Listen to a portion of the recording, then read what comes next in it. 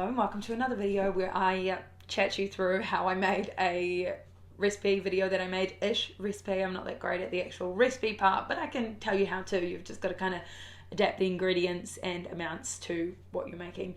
But essentially, if you want to watch the video without me chatting, click the link below and there is a video of me doing it with aesthetically pleasing music on top. If not, then stick around for the next 2 minutes and listen to me yarn away.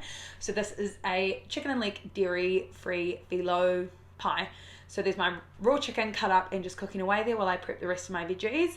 So we've got leek, onion and mushroom. Add or subtract whatever you want in there. Bacon is really, really good in there as well. I just didn't have any on this day. Then I add my salt, pepper, herbs, and anything else I want. I do add mustard later on, but you can add mustard in now. I just feel like it gives it a really good base. And that is my chicken stock there. I use a little cubie, but it's up to you what you use. And then you can see me here, I put a little bit of butter in, dairy-free butter, and then I've added my flour and just cooking it off a bit. And then I add a little bit of milk and stir it through. I use a Barista almond milk, Barista oat milk. Any Barista alternative milk will work fine. It will give it that thick and creamy without kind of curdling it. So you can see I just slowly added my milk and mixed it through, so making sure we've got no lumps. I just did it on the side of the pan. It always seems to work out for me.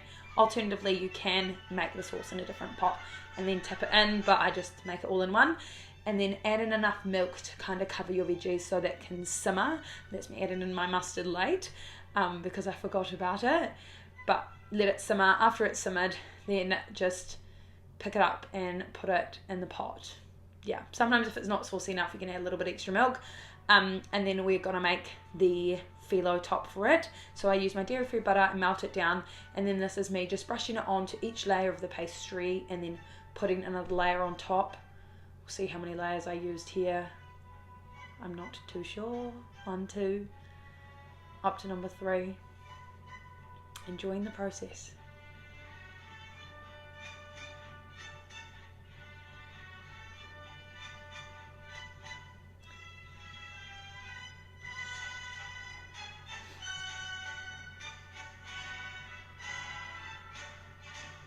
Okay, I think I used 6. I think that's the last one. And then what I'm going to do is cut it up. There are totally so many other ways that you could do this, but that's just how I do it. And then I kind of separate the layers a little bit and then like squish it down. That's my method. It seems to give me the maximum amount of crunchiness while still spreading across the top of the pie enough. If you put the Filo on the bottom, what I find is it definitely ends up quite soggy, so I like to do it on the top so it's nice and crunchy, and then when you put it in your bowl it's still the same. I brush it with extra butter and then I chuck it in the oven until the pastry is basically golden and crunchy, and then that's it.